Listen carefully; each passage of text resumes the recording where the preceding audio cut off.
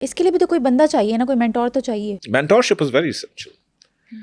ये सारी टेक्निक्स चीज़ें आपने देखा हो, जो बहुत बड़े बड़े मल्टी मिलियनर फिल्म स्टार्स हैं, स्पोर्ट्स स्टार्स हैं, स्पोर्ट्स की भी सेलिब्रिटीज़ हैं ना, हर इंडस्ट्री में सेलिब्रिटी मिलेगा ना, because the place is always awakened at the top.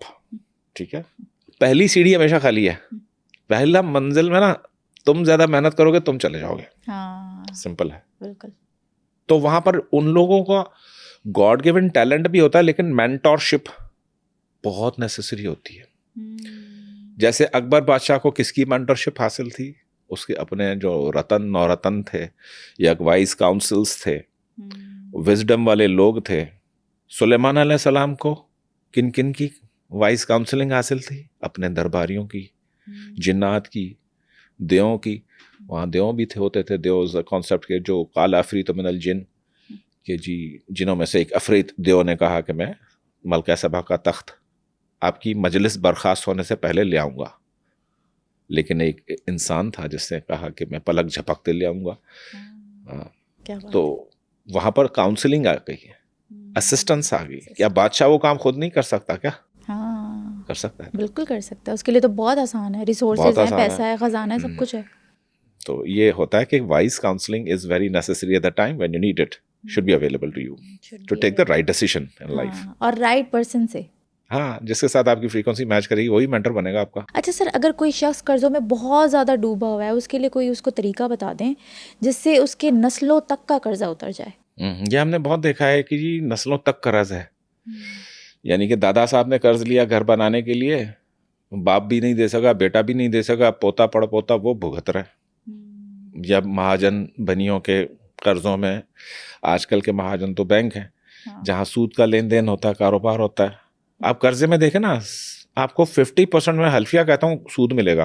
यानी कर्जा होगा 1 लाख का, वो बढ़ते बढ़ते बढ़ते बढ़ते वो सूद मल्टीप्लाई हो रहा है। बिल्कुल सही है। रिबा वो मल्टीप्लाई हो रहा है। तो पहली बात तो सबको वो है कि भाई इससे बचें, रिबा के काम से, सूद के काम से। खुली जंग है अल्लाह और उसके रसूल की, कलाम पाक में खुला कहा गया।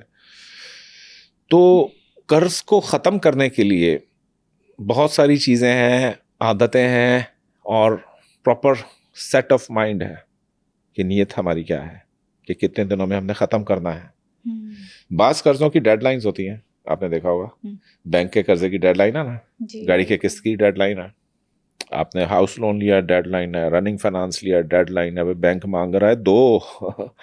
तो what you do here for the spiritual help, मैंने एक छोटा सा फॉर्मूला दिया था 911 का, फरिश्तों से मदद लेने का इमरजेंसी नंबर। वो वीडियो आज भी मेरी बड़ी हाईली सर्कुलेट होती है।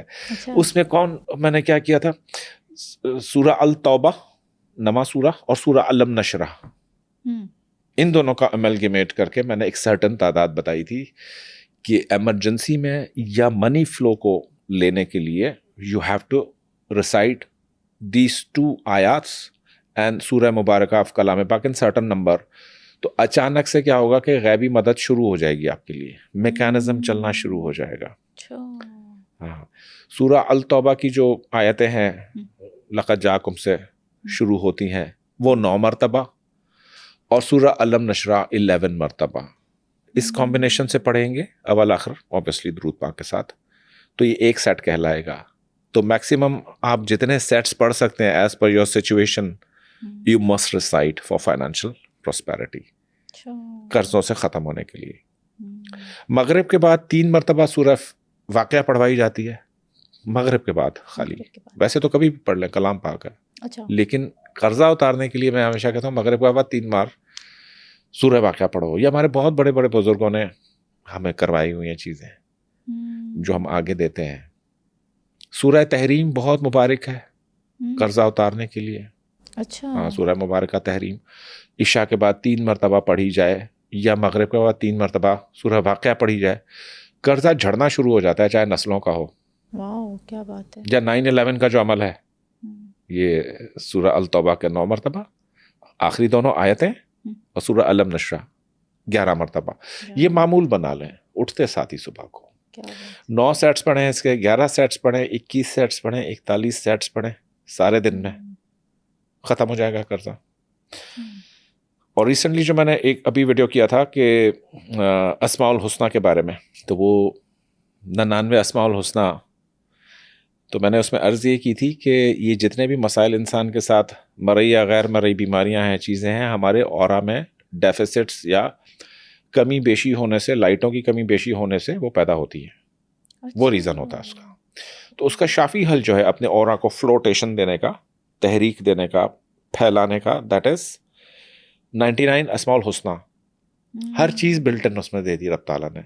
यूं समझ लो कि अब रब ताला क्या करे, खुद ज़मीन पर आकर हमारे से ज़िंदगी बसर करवाए भाई। इतनी सहूलतें दे दी, इतनी खूबसूरत लाइफ दे दी, नेमतें दे दी। किसी को सूरज की नेमत का शुक्र नहीं है, किसी को चांद की नेमत का शुक्र नहीं है, किसी को माँ बाप की नेमत का शुक्र नहीं है। ये मैं हाथ हिलाने पर कादिर हूँ, मुझे इस बात का शुक्र नहीं है। तो अब क्या आ गया कि जब नेमत मिले तो उसके लिए शुक्र अदा करो। रब ताला फरमाते हैं शुक्र करोगे तो मैं वैसे ही ज़्यादा कर दूंगा आपकी नेमत। थैंक्स गिविंग जो है वेस्टर्न कॉन्सेप्ट, थैंक्स गिविंग पे बड़ा चल रहे हैं गोरे जो हैं, उनकी सारी माइंड साइंसेस ग्रैटिट्यूड पर बेस कर रही हैं। बिल्कुल सही कह रहे हैं। अच्छा, आपने चूँकि ऑरा की बात की, तो मुझे ये बताएं कि ब्लैक कलर हमारे ऑरा पर कैसे असरात मुरतब करता है। अगर कोई भी इंसान ब्लैक कलर का जोड़ा पहनता है, कपड़ा पहनता है, ब्लैक कलर की कोई भी चीज़ पहनता है, तो वो उसके लिए फ़ायदेमंद है या उसको बहुत ज़्यादा नुकसान पहुँचाएगा? मैंने इस पर भी एक वीडियो की थी, थोड़ी सी वो लोगों को अवेयरनेस आई थी ब्लैक कलर के बारे में। ब्लैक कलर जब हमें अपना ऑरा बिल्कुल लोगों से छुपाना होता है, तब हम ब्लैक कलर यूज़ करें।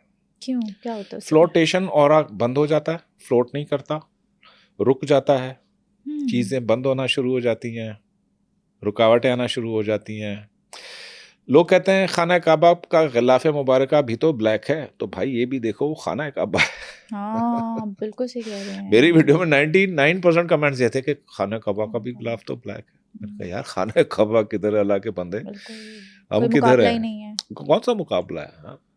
खाना काबा ब्लैक है तो फिर एहराम ब्लैक क्यों नहीं किया गया बताओ? एहराम कौन से कलर का है? वाइट। आखिरी लिबास कौन से कलर का है? वाइट। दुनिया में पहला बंदा बच्चा पैदा होता है, सबसे पहले सफेद रंग का कुछ ना कुछ उसमें उसे लिपटाया जाता है। वाई? तो ये सारी चीजें भी ब्लैक होना। स्याह रंग जो है इंसान के अंदर जो कायनाती एनर्जीज, फ्रीक्वेंसीज का बहाव हमा वक्त जारी है ना जी। आप जब तक जिंदा है मुख्तलिफ फ्रीक्वेंसीज के हर्ड्स होते हैं, सर्टन स्टेट्स ऑफ माइंड्स हैं, जैसे 4 states of minds, alpha, beta, theta and delta. ये 4 जहन के हिस्से हैं। बीटा वो है जिसमें हम अब बात कर रहे हैं, और अल्फा, और इससे जो आगे की स्टेजेस हैं। तो एक स्टेज इससे नीचे की भी आती है जो अब डिस्कवर हुई है, दैट इज गामा स्टेट।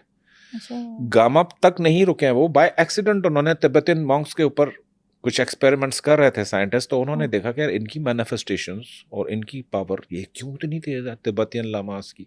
तो पता चला कि वो तो गामा और अल्ट्रा गामा पे जा रहे हैं भाई। उनकी साथ सारे उन्होंने ECGs और ये जो CT स्कैन्स का भी उन्होंने उसमें पोर्शन दिखाया था कि वो सारे उन्होंने परफॉर्म किए। तो पता चला तो गामा और अल्ट्रा गामा पे आप चले गए। अब ये जो सारी फ्रीक्वेंसीज है ना, ये आपको तब अमलगमेट होती हैं जब आपके बॉडी में colour balance is perfect. Outward colour जो दुनिया हमें देख रही है, आपने बहुत सारे लोगों को देखा होगा सिर्फ ब्लैक पहनते हैं अल्लाह के बंदे। हाँ, तो वो जान नहीं छुड़ा सकते। क्यों?